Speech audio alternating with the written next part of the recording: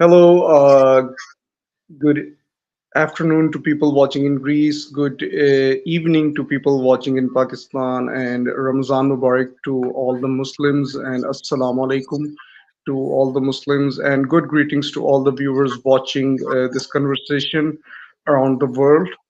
Well, last week we had a conversation on the feminism and how it's related to neoliberalism, and we had the conversation on the day of International Women's Day on 8th of March.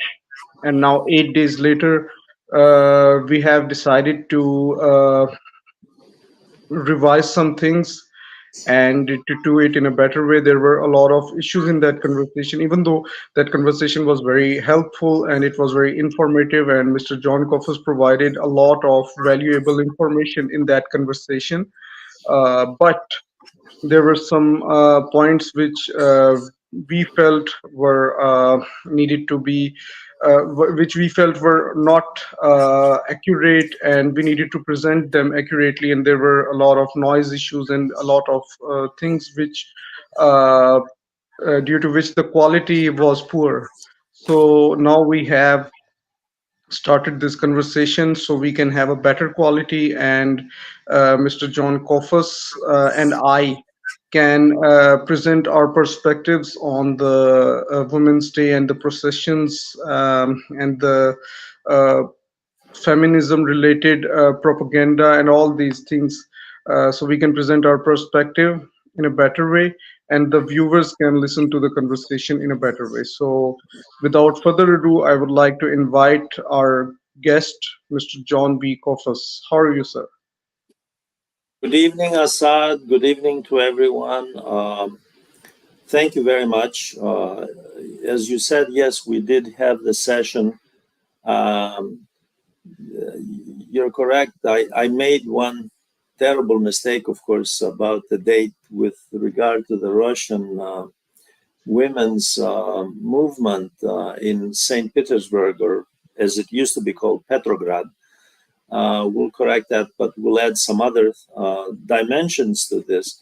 I do want to point out that, as you said, on March 8th, we had the tape. The tape was made public, and on that day, the United Nations, as well as a number of international organizations from around the world, released some statistics. One of the themes that was running across, it was a common theme, and some surprises rather in the reports and the data that the United Nations and other organizations put together upon disclosing, about publishing rather, those reports. And that is the increase in women's violence. And one of the surprises was the United States. You wouldn't necessarily. United States, by the way, has a very high rate of gun violence, random gun violence, as people around the world know. But there has been, in the last few years, according to the reports, an increased rate in violence against women. Usually people associate violence of women with the global south. But rather this time the report actually had the United States included in that as well. I do want to start with, as you pointed out, I do want to link the women's movement and feminism to neoliberalism, because we live in the age of neoliberalism, and we have in the last 45 years or so. And it is an integral part of the neoliberal global movement. I also want to point out something I did not in the last lecture, that the feminist movement, the women's movement, whatever term, and semantics really don't make much difference. It's the substance that's at issue here, let's face it. It does not transcend any other social justice issues. In other words, and this is something that came up in one of the reports that I read. I either read it on the 8th of March or the day after, which is that just because someone claims I'm a feminist, well, you're absolved rather of all other responsibilities to social justice issues. And that is obviously not true. There are clearly social justice issues related to ongoing war, the genocide campaign that Israel has been carrying out in Gaza. And let's face it, many Western feminists have focused very narrowly on an issue that the Israeli government promoted, namely what happened on September 8th, 2023. That is a year ago in October, when Hamas attacked the camp, and allegedly there was violation toward women. There was a great deal of propaganda on that. Obviously, that turned out to be a report based on a series of manufactured half-truths and lies. The New York Times was involved in that. And the interesting thing is, again, going back to the reports that I've seen after March 8th, is that even those people, you would think they would come out and said, look, we made a mistake, we didn't know. The fact is that many women, 2/3 of the victims in this war in Israel have been children and women. And you would think they would have something to say about that. But unfortunately, we don't have, we didn't have much of that. I do want to point out, I want to start by giving a historical framework on how the March 8th celebration began. It began with two important, and I mentioned this in the first taping. It began on March 8th, 1857 in New York City by garment workers, women who also fought for the rights of children. Oftentimes, working class women in factories in the 19th and early 20th century worked right next to or near their own children or relatives. So they fought for the rights of women in terms of equal pay, in terms of safety conditions, child labor laws. They wanted a voice. They fought for solidarity of women, unionization. That movement was inexorably linked to the early trade union movement in the United States. The United States was still not industrialized. Industrialization, it was in the early stages of industrialization. The United States did not industrialize until after the Civil War, which took place, which ended in 1865. After that, you get full-scale industrialization of the United States, and that's when the trade union movement begins also to take off. But in 1857, 3 years before the Civil War started, there was this movement, and this was, in fact, one of the inspirations to women in the United States, but in the Western world. The other was in Russia, and that was in St. Petersburg, renamed, of course, by the Soviets after Vladimir Lenin and Leon Trotsky took over, renamed Petrograd, the city that Peter the Great, the Tsar of Russia, built and named it after himself. There were women there in factories that rebelled in on March 8th, 1917. 1917, of course, was the year of the Bolshevik Revolution.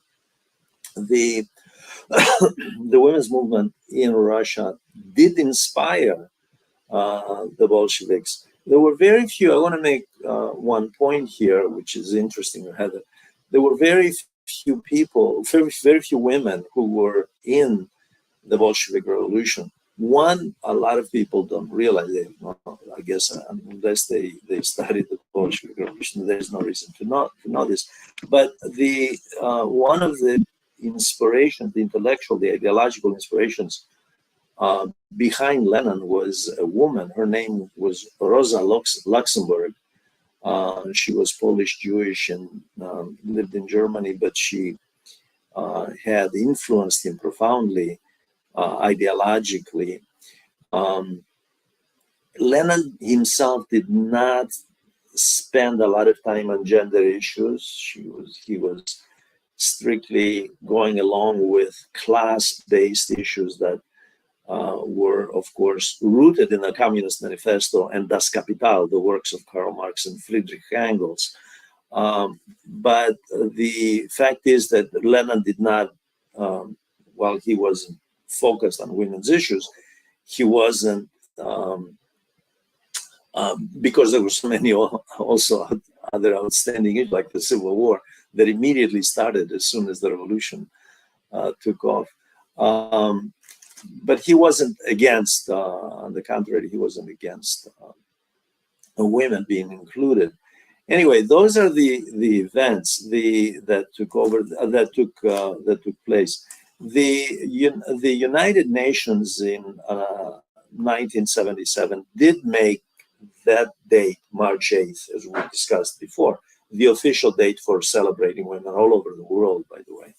And the assembly, for the UN to make that an official holiday, the members of the entire General Assembly have to vote on it, and they did vote on it. So the origins of the international women's movement are really working class based. They're international in the Western world. Obviously, Russia is a Eurasian country. It's in 9 time zones. Part of it is in Europe, part of it is in Asia. But it is a mostly Western-based holiday, but recognized globally. Having said that, I want to give an overview, and one of the things I did not mention last time, and I do want to mention today, is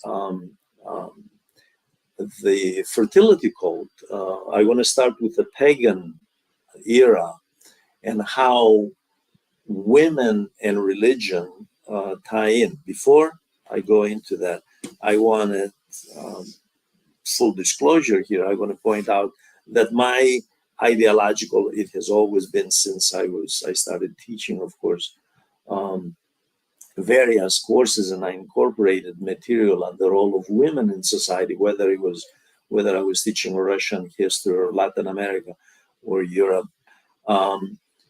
My ideological and theoretical framework has always been that the role of women in society was economically determined and culturally determined, and that the hegemonic culture, the dominant culture in society, determined the role. And we'll unravel some of these issues. Having said that, the role of women does change from pre-civilization times, not prehistoric, pre-civilization times. In other words, from the time that Mesopotamia, which is the cradle of Western civilization period, which is modern day Iraq, southern Iraq. Mesopotamia, we see how the role of women is codified, it's legally based, Eventually, it's written down in the Code of Hammurabi, and women basically their role is standardized uh, as a marriage contract was required, for example, to get married, and property rights and dowry are also included in this arrangement. In the ancient times, the fact is that from Sumeria to Greece and Rome, the um, the role of women was marginalized. Now, in the 19th century, when scholars began to conduct research, why were women, when civilization started, relegated to this role, considering that before civilization, women and men were not in a patriarchal society relationship as they would be after. And the answer is always the creation of the state, private property, and the military, which were the domain of men, dominated by men. And the other answer is religion. The fact is that when we look at deities before civilization, but even after with pagan deities, there is a cult, the fertility cult, and the female deities are the dominant deities. Now, the fertility cult associated with women, and we see this in, I have to look up the name of the Iranian, the Persian rather, and the Hindu deity.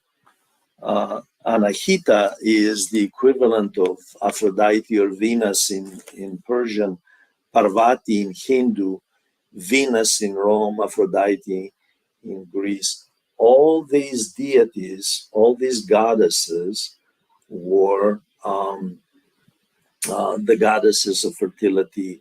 And the woman from Hinduism to the pagan faiths of Greece and Rome were identified with nature and giving birth and creativity.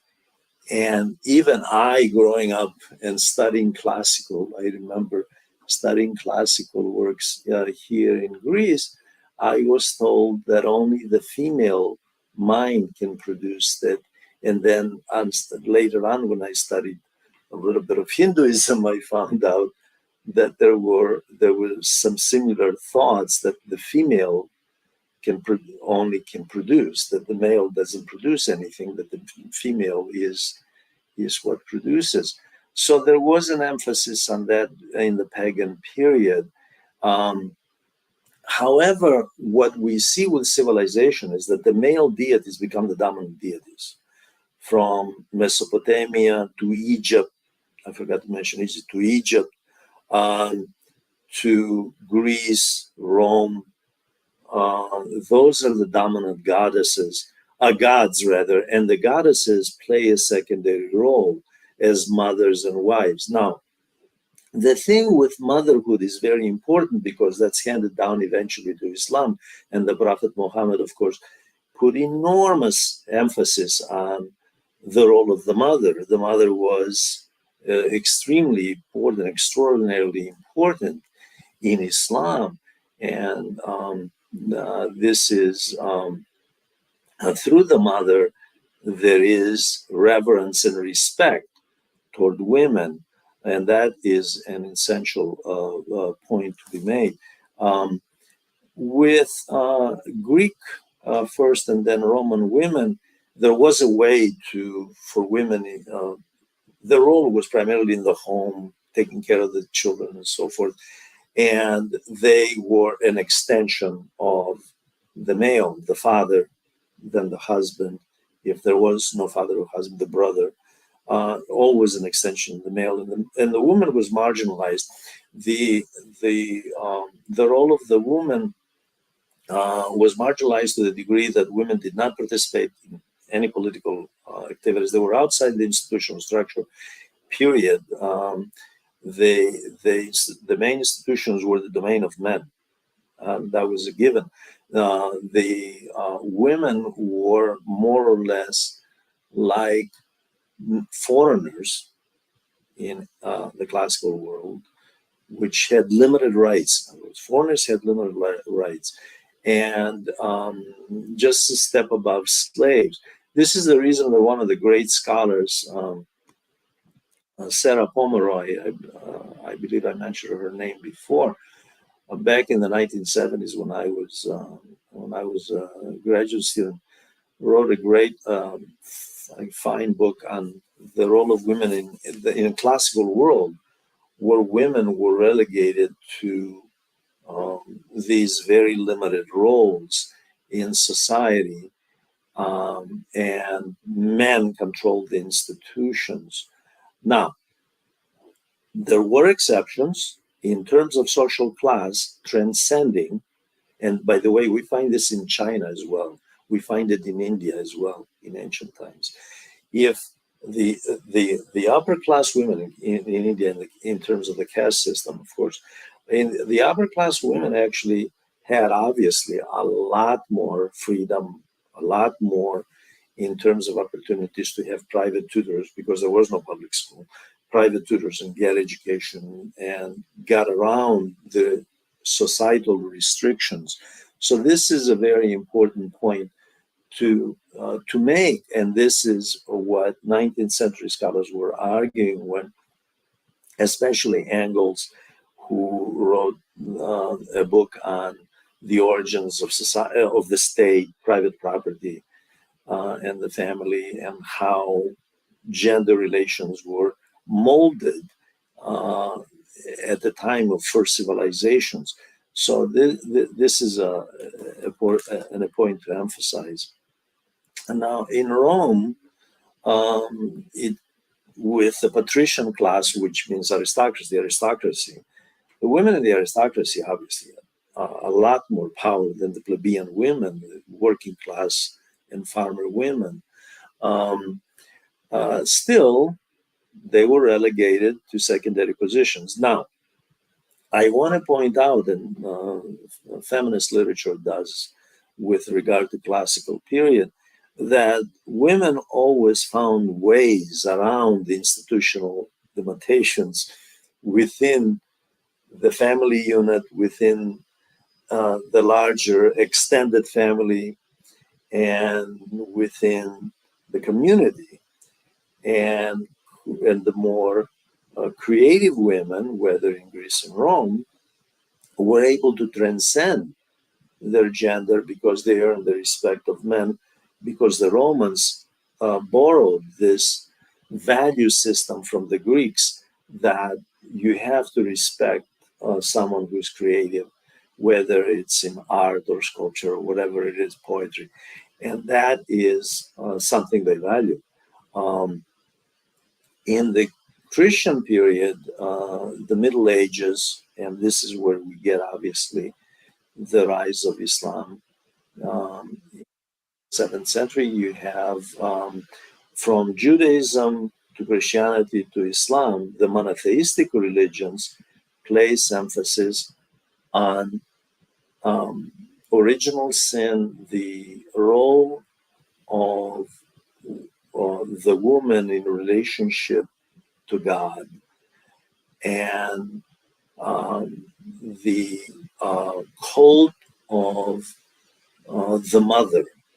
And here's what I'm going to bring in Islam. I didn't talk about this the last time. The cult of the Virgin Mary in the Middle Ages is very important. Christians had a devout, a great deal of devotion to the cult of the Virgin Mary, and that was an indication of how they respected the mother in the household. However, the fact is that marriages were arranged. The dowry was the catalyst to arranged marriages, and this is a very important element. Now, in Islam, it's not that they were against arranged marriages, but there had to be consent according um, to the Muslim faith. There had to be consent, and the role of the woman, the role of the mother was much more respected there, I would say, in many respects. And one of the scholars, Mary Daly, who wrote a book called Beyond God the Father, very critical of the medieval West, the Christian West, arguing that God was portrayed as a male, Jesus was a male, and the woman was supposed to worship the male, and the woman was associated with Eve, which is the original sin, passing down the seeds of sin to humanity, therefore contaminating humanity for eternity. This is a very important point because that means that evil was linked invariably with the woman. Fiendish schemes. Somehow the woman was much more devious, the men were much more forthright. So this was very evident throughout the Middle Ages, especially as the Christian West began concocting ideas about witchcraft, and witches were women, and witches were evil, and they were they were highly suspect. In the Middle Ages, a woman could become educated, she could become she could gain respect from society if she became devoted to God, if she became a nun, in other words. One of the ways that women um, found escape from secular society was to join the religious realm. And this was this was about the only way. There was no other way. There were women in the aristocratic class who had, obviously, in the Middle Ages, we had a lot more influence. Eleanor of Aquitaine, for example, was a famous case on the continent in France. But the fact is that by and large, women, there were very few women in the secular, outside the church, in other words, that were influential and had any kind of respect. Women were told what what to do in terms of everything from marriage, uh, including the legal system. The way the legal system was arranged, by the way, if I wanted to sue a woman because she did something, violated my property rights, let's make up something, I couldn't sue the woman. The woman had no legal status. I had to sue her husband or her father or her brother. So the legal system itself was designed to bypass women completely and to go right into some male figure that had um, oversight over that person, that woman. Um, so the woman was actually the, I don't want to say property, but the object of someone that the entity that someone else, a male, had oversight over. She had no rights of her own, no legal rights of her own. And property linked to dowry, by the way. Dowry was very important. One of the things that lasted until the 20th century, um, and in some parts of the world it's continued to be informally practiced. Dowry is the catalyst to all of this. So we have this is a very important element. In other words, marriage, as many critics throughout the age, from the Renaissance onwards, uh, have pointed out, marriage was a business deal.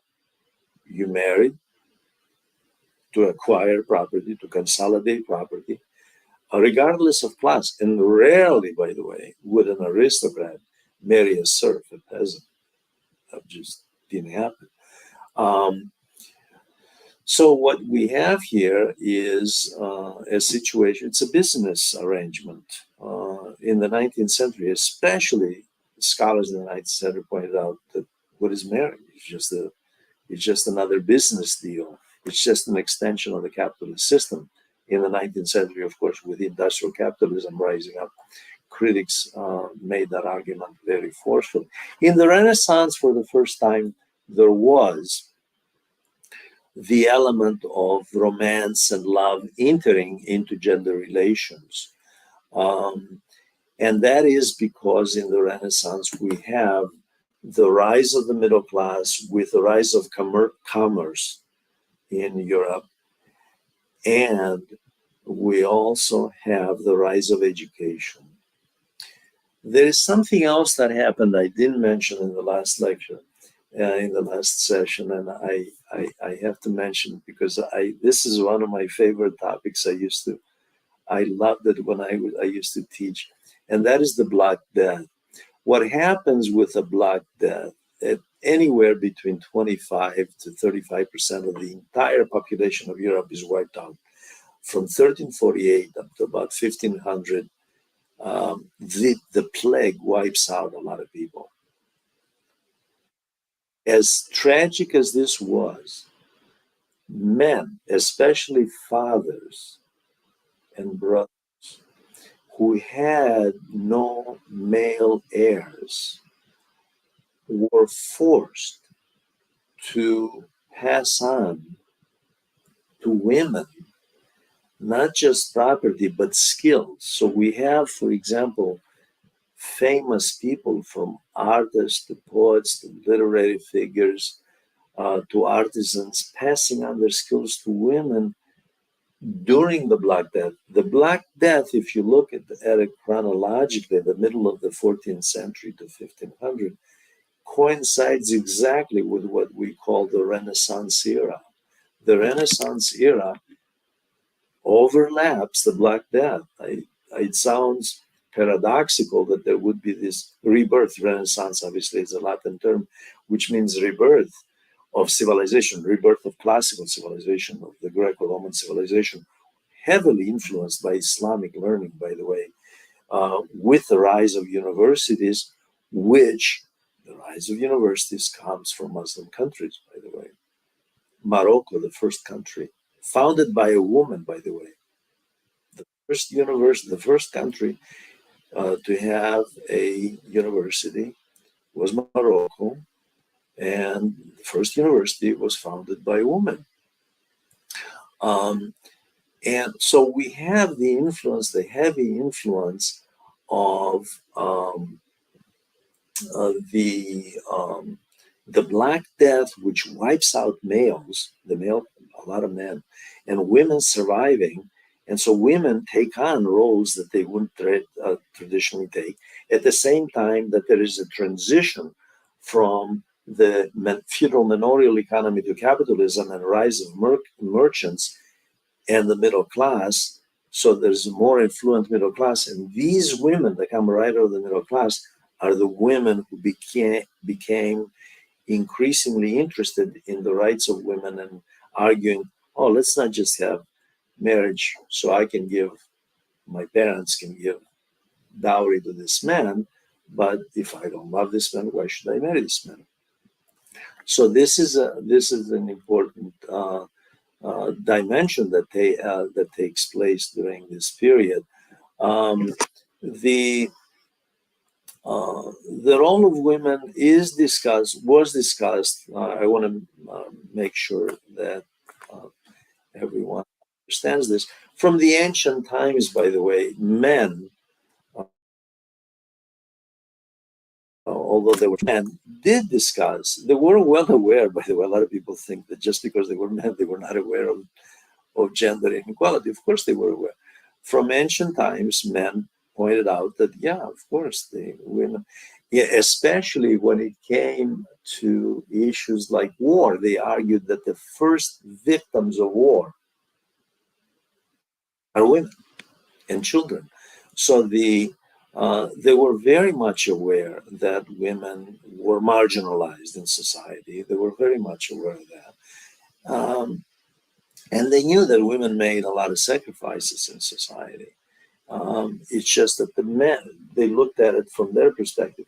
When during the Renaissance, when women themselves have a voice, they present it from a very different perspective, namely arguing that the woman has the right to cultivate her creative endeavors and bring them out, manifest them, publish them, express them in society, and contribute to society just like men, hence enhancing society as a whole. So this is a very different perspective than the way that men were looking at it from the ancient times to the Renaissance. And not just, by the way, in terms of, okay, I'll become a nun and can be confined to a monastery and contribute in that domain, and that's it. There's the rest of society, which is the secular world. Um, so that's an important dimension also. Now, Christianity, and I did mention before this at the previous session, did have a very interesting angle to why women have to be subservient to men. And the German theologian Martin Luther, in the 16th century, argued that it is a matter of harmony, just as there is, um, just as men obey the will of God and human beings should obey the will of God, so must women obey the will of men, so there be harmony, otherwise there'll be a clash of wills. An argument that, of course, he makes to a theological argument he makes to justify why there must be the subservient relationship. Um, and this argument breaks down by the 18th century with the rationalists, beginning with John Locke in the 17th century, who was a precursor to the Enlightenment. And then throughout the 18th century, men and a few women begin arguing, wait a minute, why is the brain of a woman any different? It's no different than a man.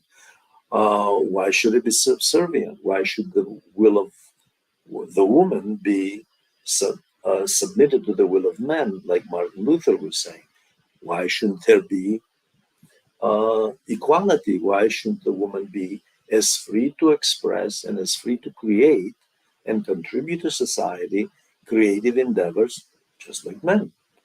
So we have with the Enlightenment this mindset, and this brings up the Enlightenment's greatest contribution is universal human rights, for which, of course, we know to this day they apply, theoretically they should apply to all domains.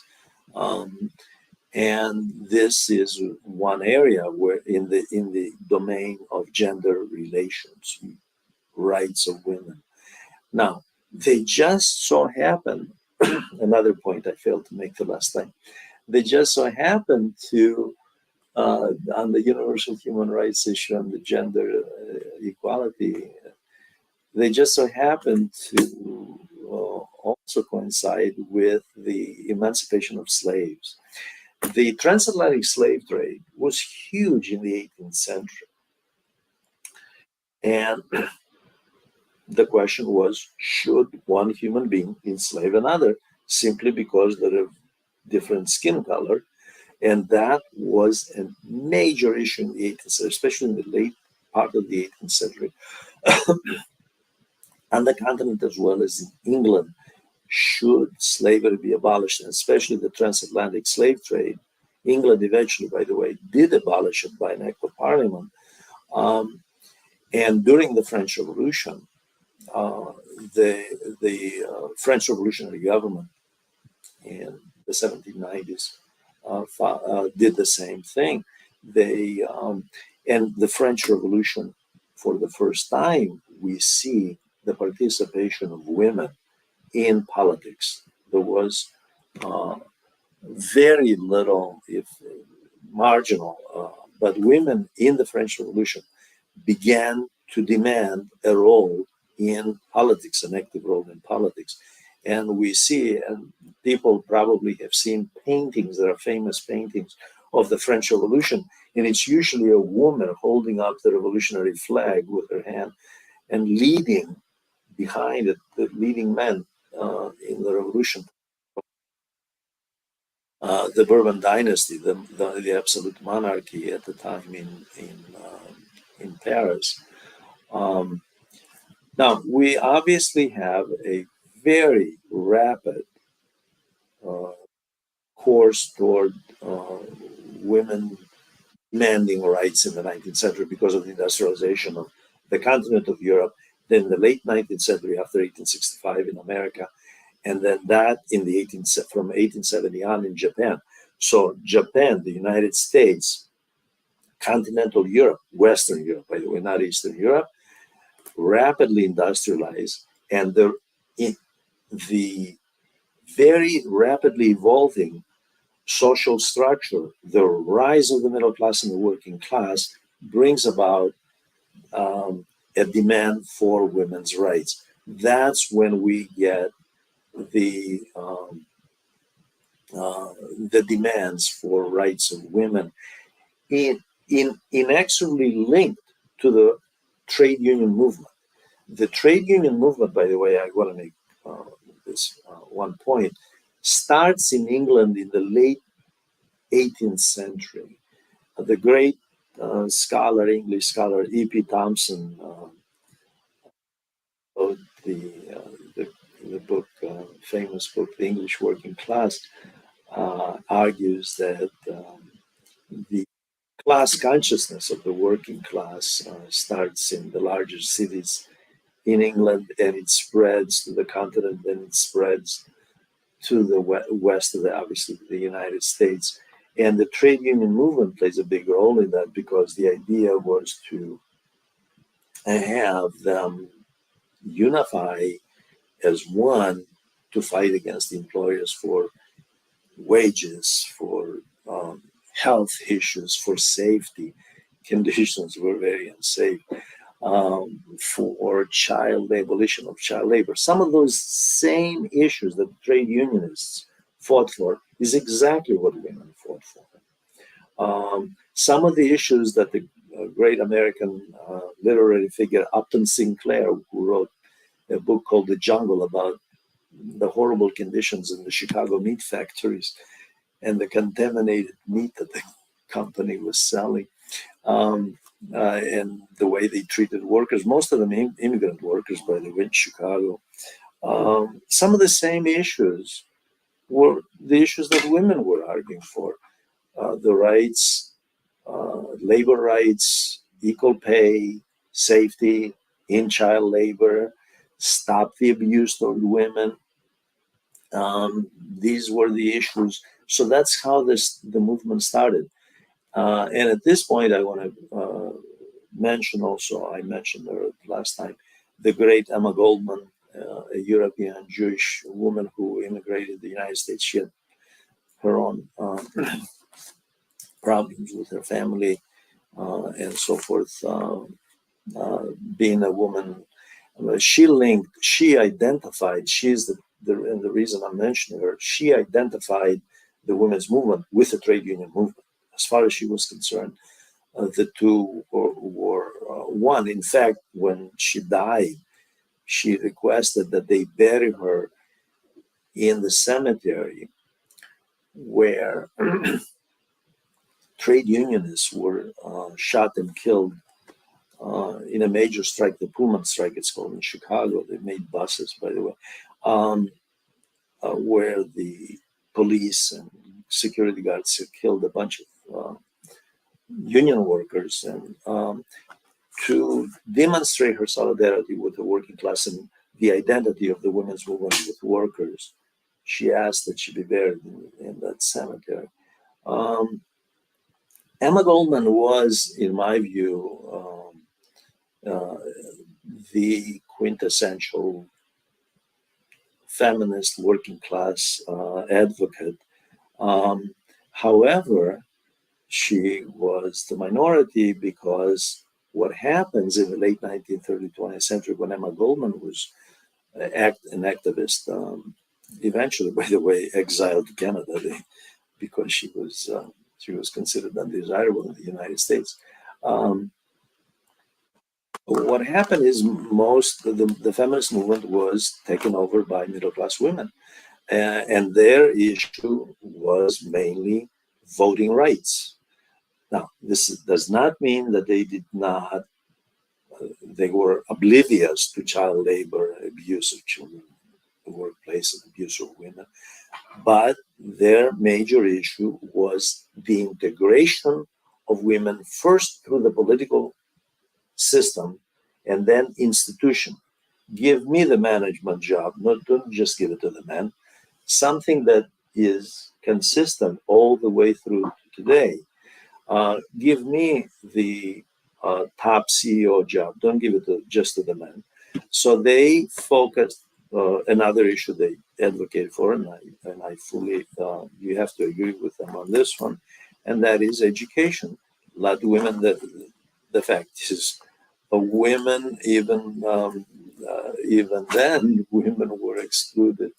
Women were historically excluded from higher education, but when they were allowed in higher education, they were allowed, interestingly enough, war was the reason they took, especially in the United States and Europe also, allowed women to go into higher education to become nurses and teachers because they identified nursing, doctors rarely, nurses yes, and teachers. When men went to war, they needed teachers back home, so they put women into the labor force. This is why you have an enormous number, percentage-wise, so many women as teachers, especially in primary and secondary level, and the nurses identified with women, mostly women. They're here and there. You have some male nurses in the Western world. So material conditions, objective conditions actually necessitated their integration, which is an ironic and kind of a weird, crazy thing that this is how they get in. Eventually, of course, they began to say, well, why should I be a chemist? Why should I be an engineer, an architect, whatever this meant? Why should I be a doctor? And so you have women demanding. Now, this, again, it was a middle class issue. However, in the upward mobility of society, as society um, obviously moves on, and there is an interest to expand the middle class, women benefit through the derivative benefits of the rest of society in this respect. Um, the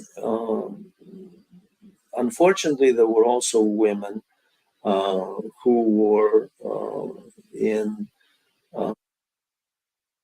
the far right camp, and I want to, and I'll make this point, then I'll pause here and ask you to have, if you have any questions, any comments.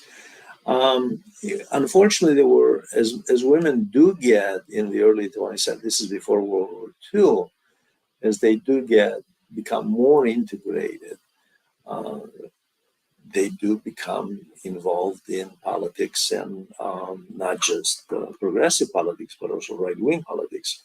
Some of the more creative women who were involved with Adolf Hitler. He had his most famous, celebrated director, film director, propagating Nazi propaganda, of course, was a woman. So we have, you know, the women's movement produces women's integration into the mainstream, but not necessarily for social justice. So you have, and I mention this deliberately because the women's movement is much, much more heterogeneous than people think. It's not a narrowly defined movement. It's on this side. It actually ranges from the far right to the far left, and people identify with whatever they want. And neoliberalism has in today's world has absorbed much of the women's movement. Okay, I'll stop there before I continue and ask you. Before I go on to Betty Friedan and what's her name? Yeah, go Well, ahead.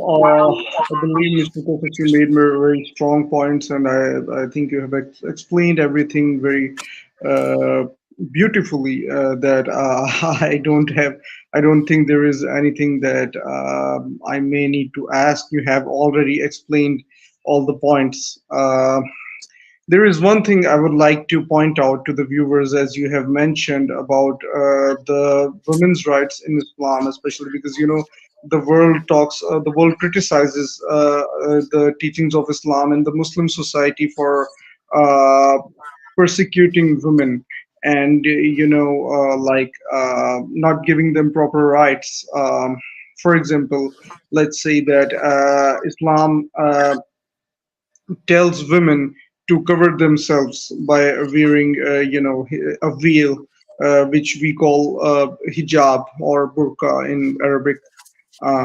So women cover themselves in a veil, uh, but the Western world, especially the Islamophobics, let's say the Islamophobes, they criticize Islam for forcing women to cover themselves and all that, uh, things like that. And they also criticize Islam for domestic violence. They do not understand how Islam gives rights to women. Like you just pointed out, that women are given the right to uh, inherit. The right of inheritance and property, the right and the respect of mother, which is much more than a father in Islam. And then you also pointed out that how Islam advocated for women to work, you know, women advanced. It was Muslim women were some of the first women who left the domesticated lifestyle and they went to the practical field. And then dowry, the practice of dowry is forbidden in Islam. Islam does Okay. not Yes. force women and the parents of the bride to give away their valuables. But unfortunately, in some of our societies, including my own society, the bride's parents are forced to give a dowry, and especially the poor people, they have to suffer a lot of burden. They are economically indebted, and there are it's very troubling for women and their parents and their families. But this is not an Islamic practice, not at all. Even if some Muslims do that, they are inspired by the culture of Hinduism, which existed in Yes, this region it's a of Hindu India. legacy. Yeah. Yes, it's a Hindu legacy. Dowry is in Hinduism, and as most of the Muslims here in this region of India and Pakistan in the subcontinent, they converted from Hinduism to Islam. They may have embraced Islam, but they still retain some of the rituals and customs of the Hindu legacy. Now, Mr. Kofus, there is another important point related to our culture and feminism and women's rights and the International Women's Day. It's called Aurat March. You may have heard about it. Every year on 8th of March in various big cities of Pakistan like Lahore, Karachi, Islamabad, and Quetta. Uh, the feminists organize Aurat March.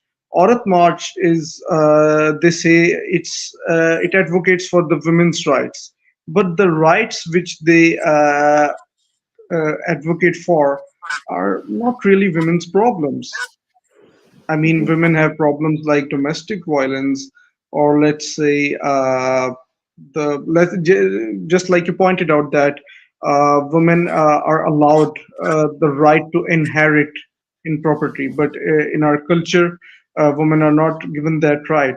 So the feminists in Aurat March do not highlight the genuine problems of women, but they uh, have some very irrelevant demands like women should not press clothes, like a wife should not press clothes for a man, a wife should not cook food for a man, a wife should Mhm. not bear children for a man, a wife should not grow up children, and these type of things. And what I understand from that is that feminism is used as a propaganda uh, by you, let's say, neoliberals to Mhm. use cheap labor.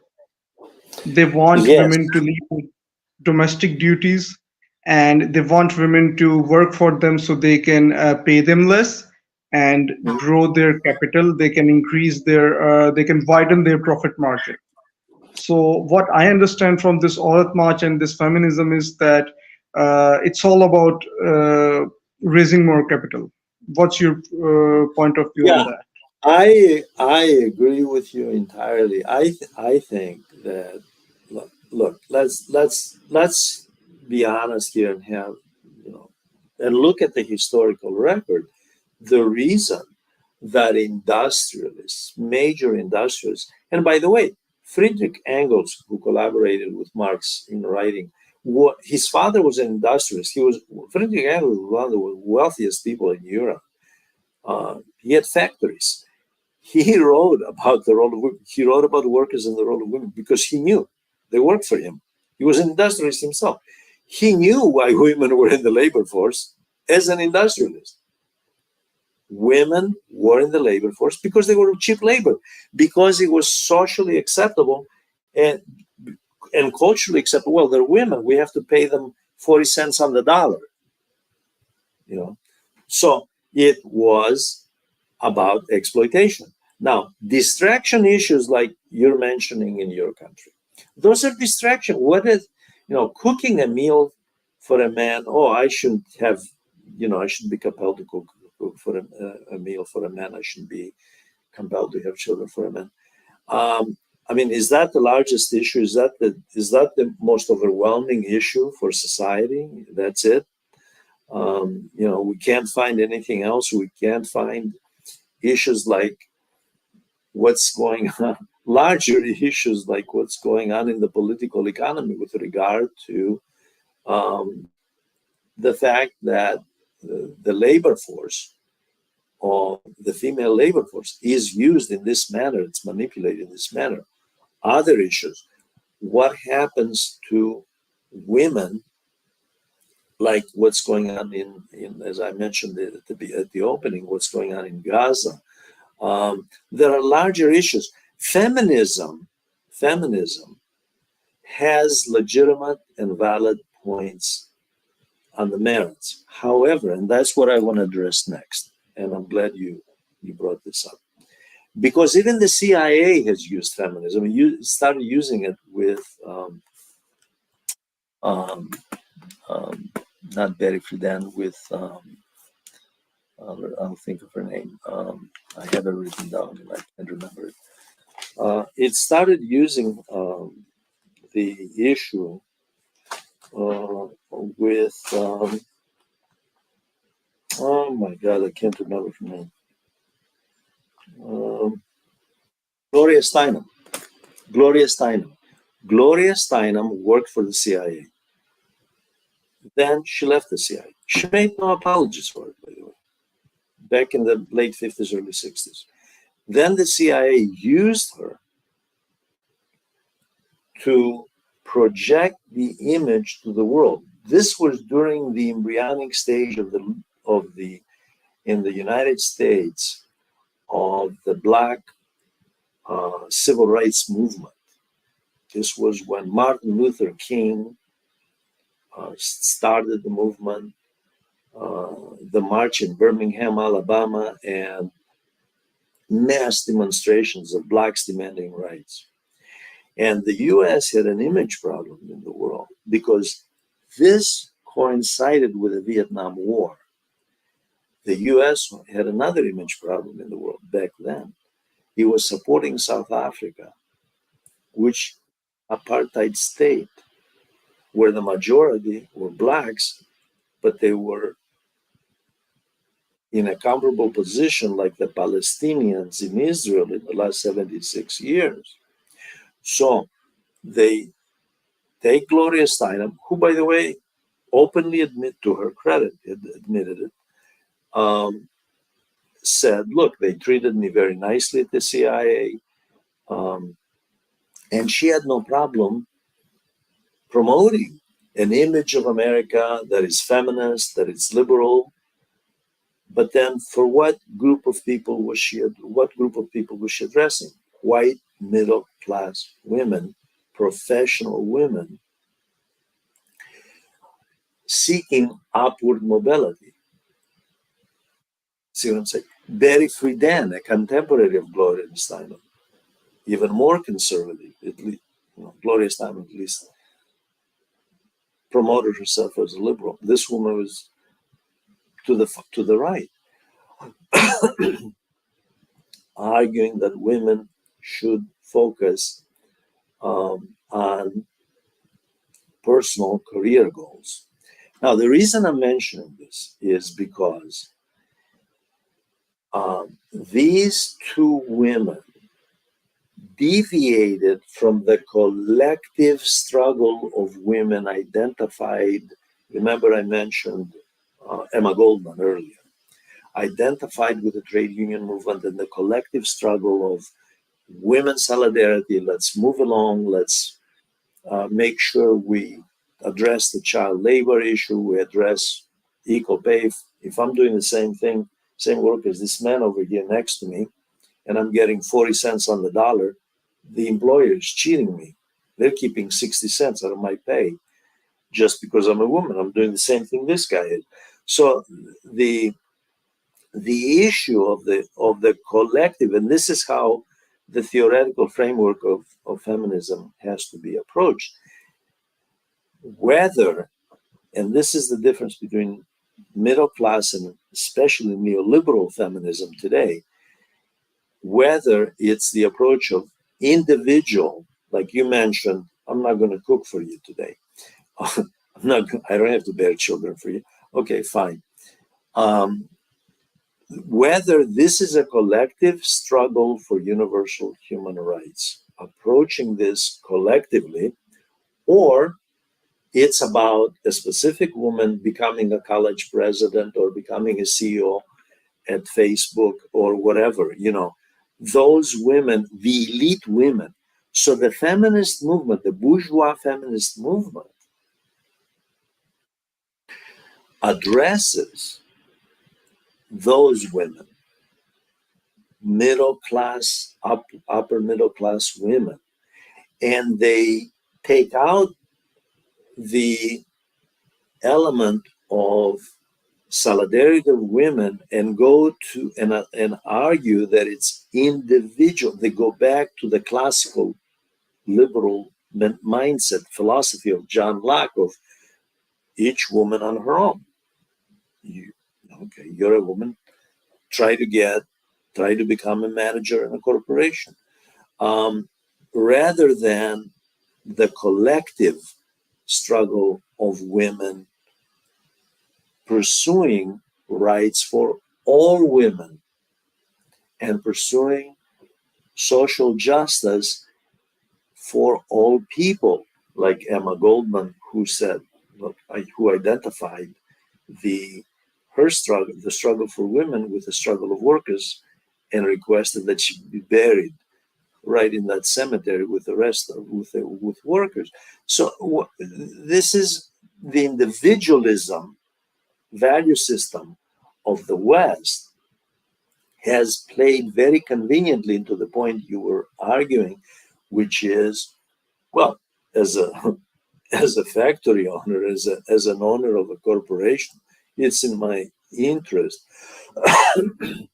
to use this issue to promote the individualistic value system.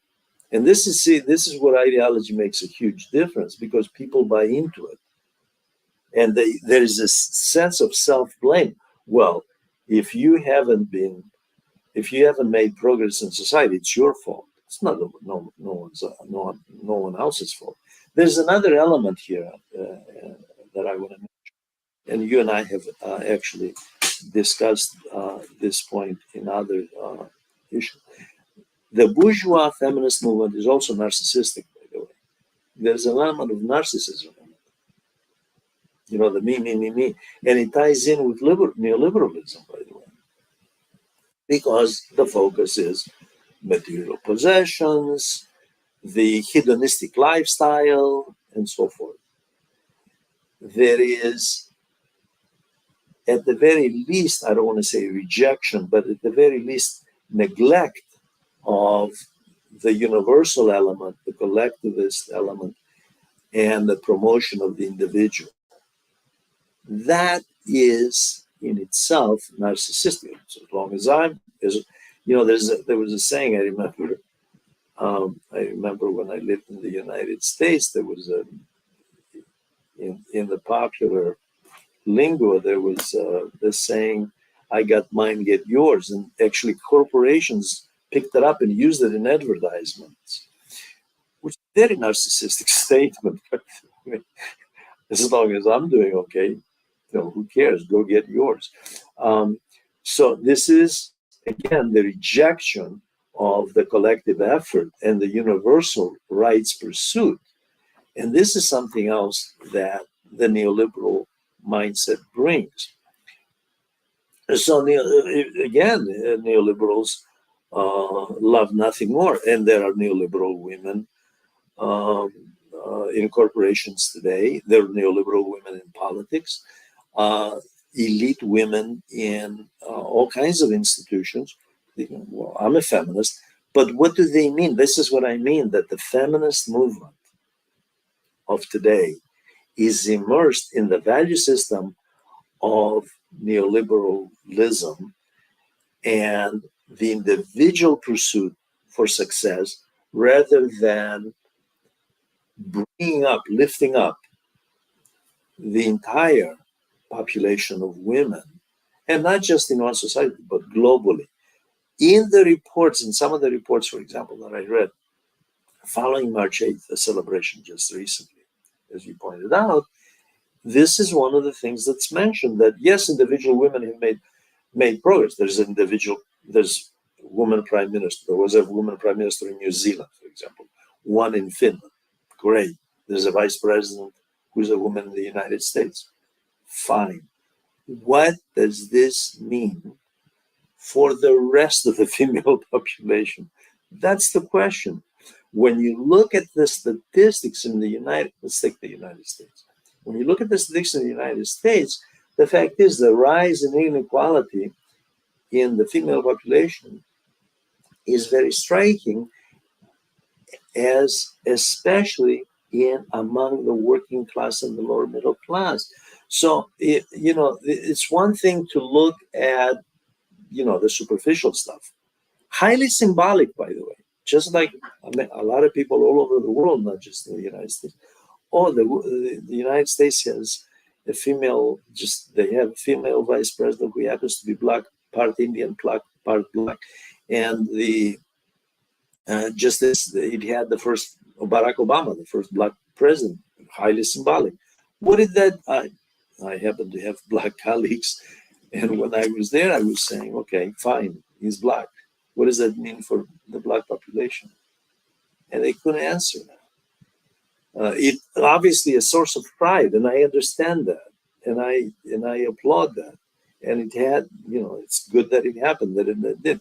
But how does that translate into, how does the fact that there is a woman at the top of a corporation translate into emancipation for women in society, even within that corporation? What does they have to do with that? Nothing. It's just one person who got that job. Good for her. And that's exactly what liberalism banks on, you see. And unfortunately, by the way, and I want to mention this before I forget it, some of the feminists have been not only silent on women in the global south, whether it's in Haiti right now, which is in chaos, or in the Sudan, but throughout the global south or in the Philippines. The and they have been rather hypocritical when it comes to women in Islam, saying, well, women in Islam wear a veil. When you mentioned that, there was an article recently about Christian women wearing veils. For centuries, Christian women wore veils. When I was growing up here in this country, women wore veils. Women wear a headscarf and covered over here. That's how I grew up. That's what I remember. Nuns to this day, Christian, wear headscarves. They wear. Why don't they? Why don't they identify that with? What about that? In other words, and that's just one issue. Since you mentioned the veil, but it goes deeper than that. The deeper issue here is that feminists deliberately use feminism to promote another political agenda. And that's the problem. The problem, in my view, is the promotion of a political agenda. And especially with what is going on today. And I want to start with Afghanistan. The United States was in Afghanistan for 20 years. I'm sure it was no picnic for the women of Afghanistan to be occupied by a foreign military.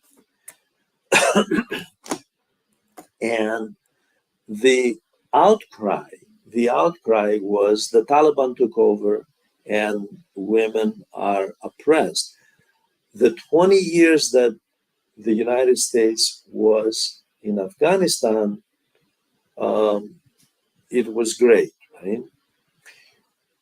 That's one issue. The other issue was in the 1980s. I did have mentioned this before. In the 1980s, when there was a secular government that promoted women, actually, the US supported the Mujahideen to bring down that government, although it was pro-women, by the way. Then the Taliban come in, the US sends the military after Osama bin Laden, chasing Osama bin Laden, 2 decades over there. And the issue is when they leave, because obviously that went nowhere. They just destroyed until it was to no point, to no avail. Iran emerged much more powerful after all of that, as did China. And they leave. So what do they, what's left? Oh, they're repressing the women. That this is when you thought about it. What about the 20 years when you were there? I mean, that this is the sort of thing that boggles the mind, that you would think rational feminists, men and women, would say, but wait a minute, social justice and universal human rights are exactly as the UN Charter points out, universal human rights. That means applicable everywhere equally. You don't cherry pick, the same with regard to the northwest part of China, where there are the Uyghurs, where they single them out, but they're silent about the Israelis and the apartheid conditions and currently the genocide, and the fact that most of those victims are women and children. And this is, you look at the hypocrisy of all this and, well, wait a minute. Okay, that's what you found. Okay, fine. Criticize it on its merits. Never mind that there are corporations up there, Western corporations making money of those people, by the way, of those Muslims up there. But, they use that to criticize the regime. They could care less about those people. By the way, they just use it to criticize the regime in Beijing, and that's it. So the hypocrisy of the feminist movement has not been lost, by the way, on critics. And this is an important issue because when you go down this road, you erode credibility. What happens is the credibility of the feminist movement goes out the window when hypocrisy enters into it, and that's what you have here.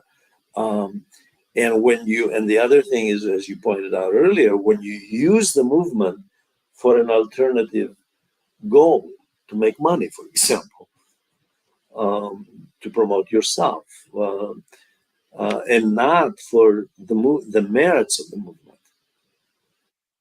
Go ahead.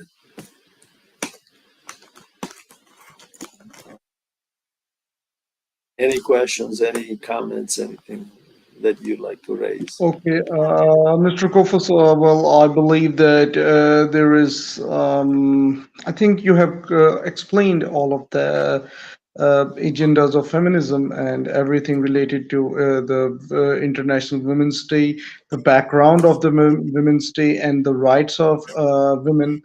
Um I think there is nothing I need to ask now. If there is anything which I may have not asked you and you feel is important, and if there is any final message that you want to convey to the audience, please convey that to the audience, and please share anything which I may have not asked you and is important to this conversation.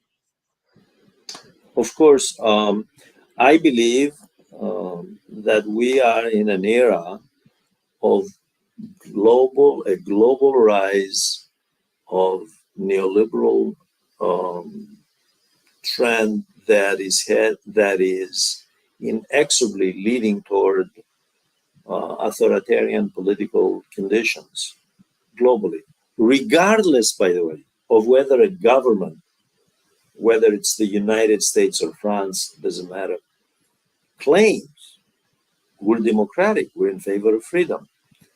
You can't follow the rhetoric, you have to follow the deeds, the policy, what they're actually doing. What they can claim whatever they want. You know, uh, that's up to them. We follow the policy. When we follow the policy and look at the results of the policy on the population at home and globally, what we see is the rise of neoliberal authoritarianism on a world scale. That is dragging along the feminist movement in very subtle ways. In very subtle ways, it's dragging it along. Many of the supporters of some of the neoliberal authoritarians, whether during the period of Trump in the United States, or Jair Bolsonaro in Brazil, Modi in India, Viktor Orban in Hungary, no matter where they are, the fact is that there are women who are part of those movements, of those right wing neoliberal movements. And those movements are linked to big capital. And they're using all of this to promote their interests. Um, and I think we are going to see more of that, not less. Unfortunately, I hate to um, say it. It's sad. It's tragic, actually, for society. I mean, George Wilhelm Hegel's, the great German philosopher, believed that um, society would be moving toward linear progress, that we, as civilization unfolds, having been influenced by the rationalism of the Enlightenment, that civilization moves in a forward progressive manner. But I actually think that we are seeing regression in civilization, and I think the feminist movement is one of those areas where it is reflected, that regression is reflected in that reactionary tide is reflected in the feminist movement as well. I was greatly disappointed to see that one of the newspapers in the United States and in the world that is claims to be one of the best, the New York Times, publishing stories about the abuse of women in Israel, allegedly by Hamas, and then, of course, the whole mess, cover up, and so forth. And then major figures like former Secretary of State Hillary Clinton comes out. Oh, you see what's happening? Hamas, implying, but in the minds of people, as soon as they hear Hamas, the general population figures, oh, the Palestinians, it's all Palestinians, right away. So they're all like this. And then from there, they extrapolate, oh, it's Muslims. It's all Muslims. So you have the mindset of what the great Palestinian American scholar Edward Said pointed out is Orientalism, the bias against the people of the Middle East were Muslim, primarily Muslim. And you get these people, these are leaders, they influence public opinion. And they're supposed to be liberal, but they are contributing to the authoritarian tendencies. And this, I'm afraid, is what the neoliberal populist authoritarian movement has done, is has co-opted, unfortunately, just like the CIA was using feminism to promote its agenda, to promote an image of the United States that wasn't real, actually, for PR purposes, right? So I'm afraid we are headed on a world scale. We're headed that way.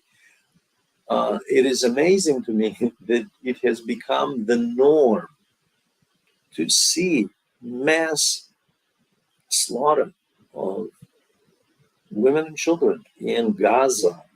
And people, okay, well, it's like they shrug it off.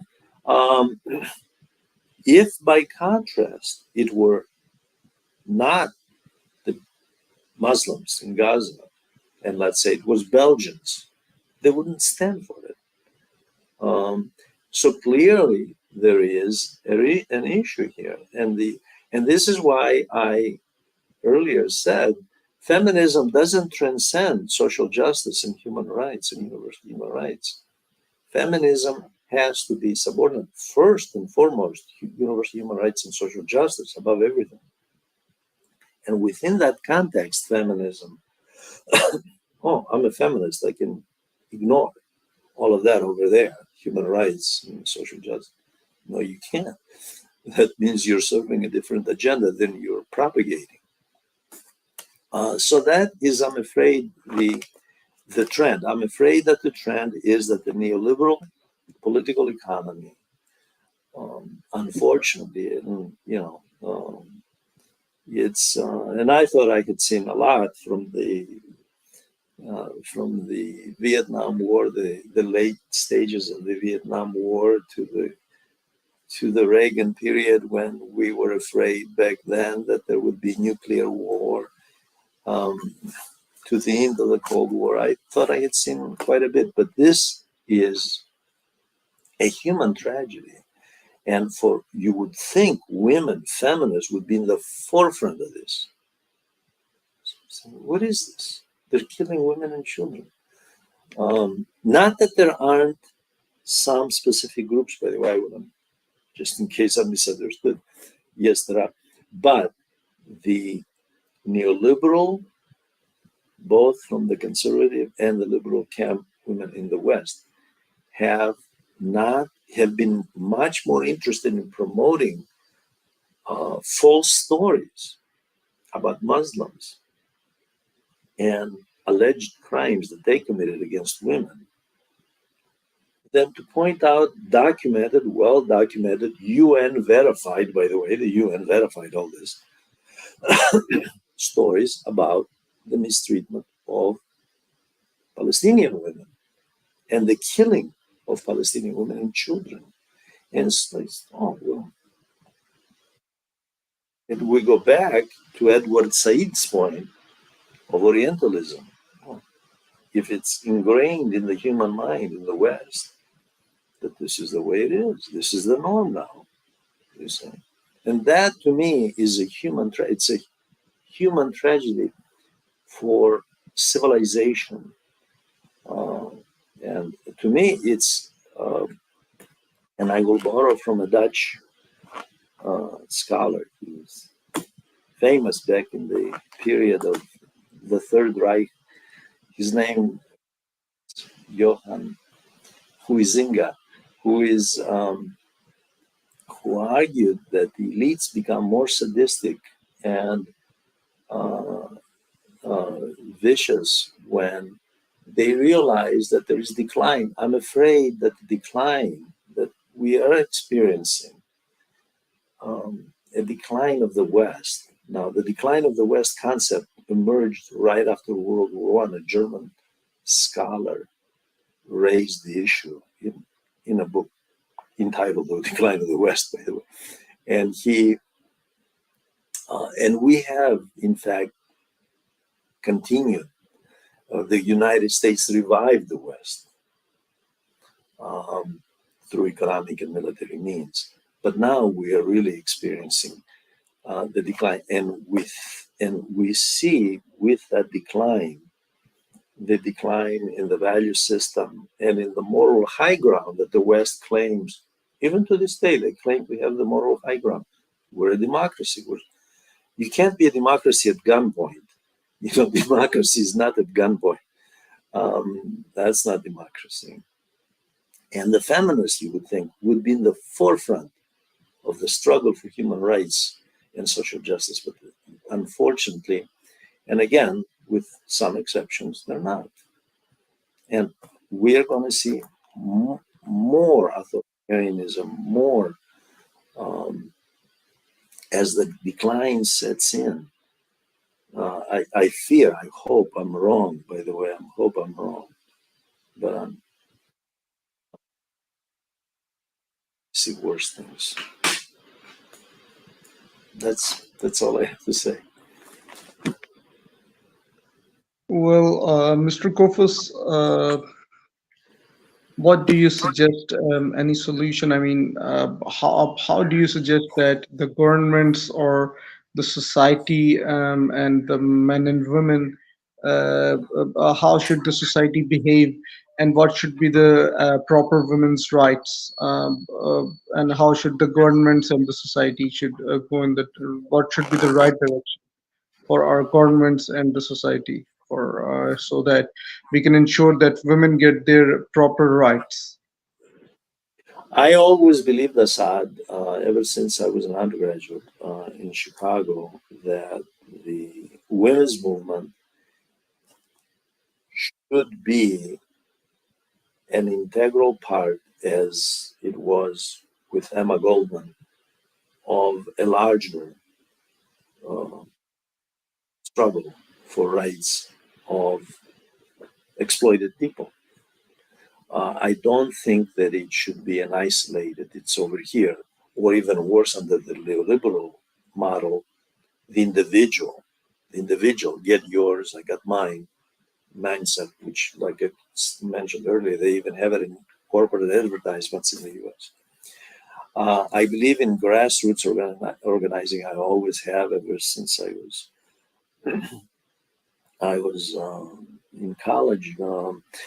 I always believe that the women's movement must be rooted in the neighborhood, in the community, serving the community first and foremost, act in the community, help locally, and then, of course, embrace universal rights, not just isolated of that particular group, but as part of overall universal rights.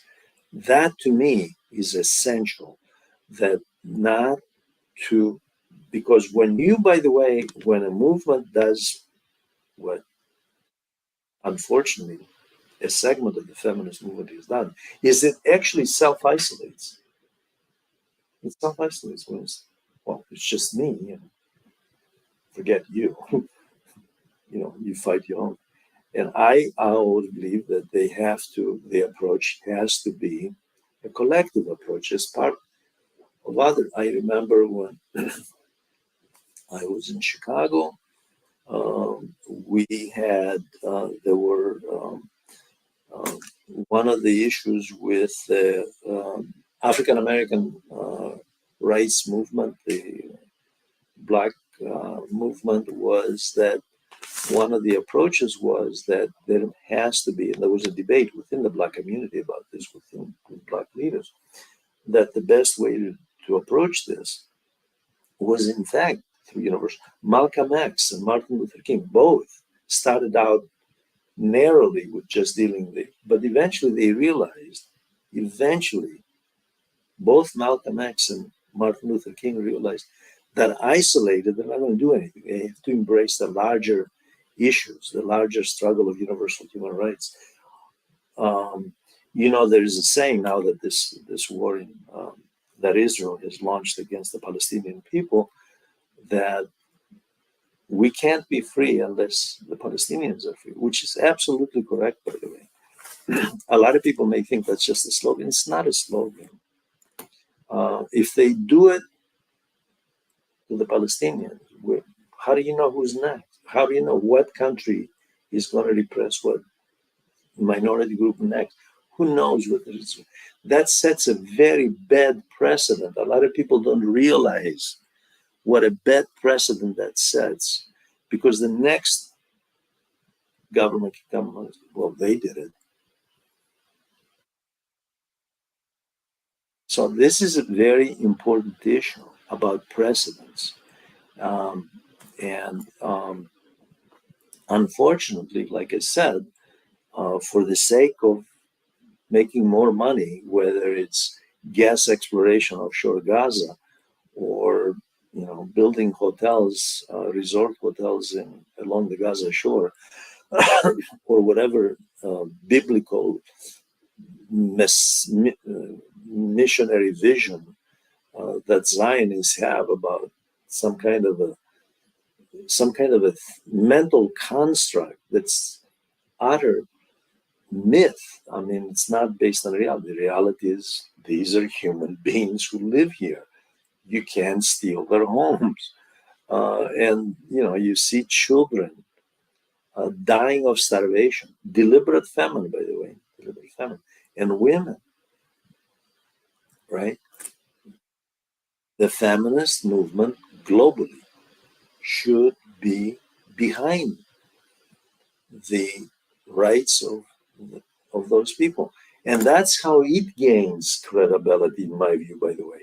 A social movement gains credibility by demonstrating to the world and to followers it wishes to attract that it embraces the social justice cause of a group that's been repressed, like these people, that what's been happening. And that's about it, I guess.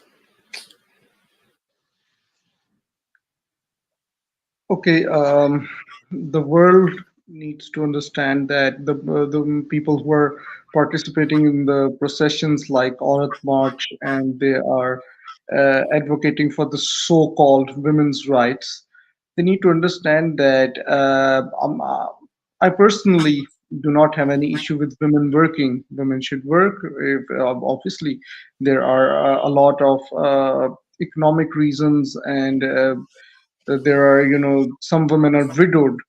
Their husbands are dead and they have no males to support their family, or some women do have males, but but they're not economically stable, so they need to work. So women should work, but the feminists who are participating in these processions, who are organizing these processions, they have an agenda, uh, and with uh, with due respect to women, we do not intend to show any disrespect to women, but we are just trying to tell the world, tell the viewers what the feminist agenda is.